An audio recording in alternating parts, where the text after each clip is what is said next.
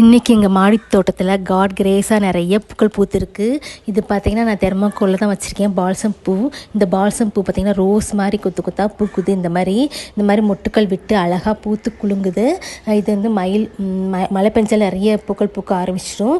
அதே மாதிரி ரோஜா பூக்கள் நிறைய பட்டன் ரோஸ் டேபிள் ரோஸ் எல்லாமே நிறைய பூத்து குலுங்குது.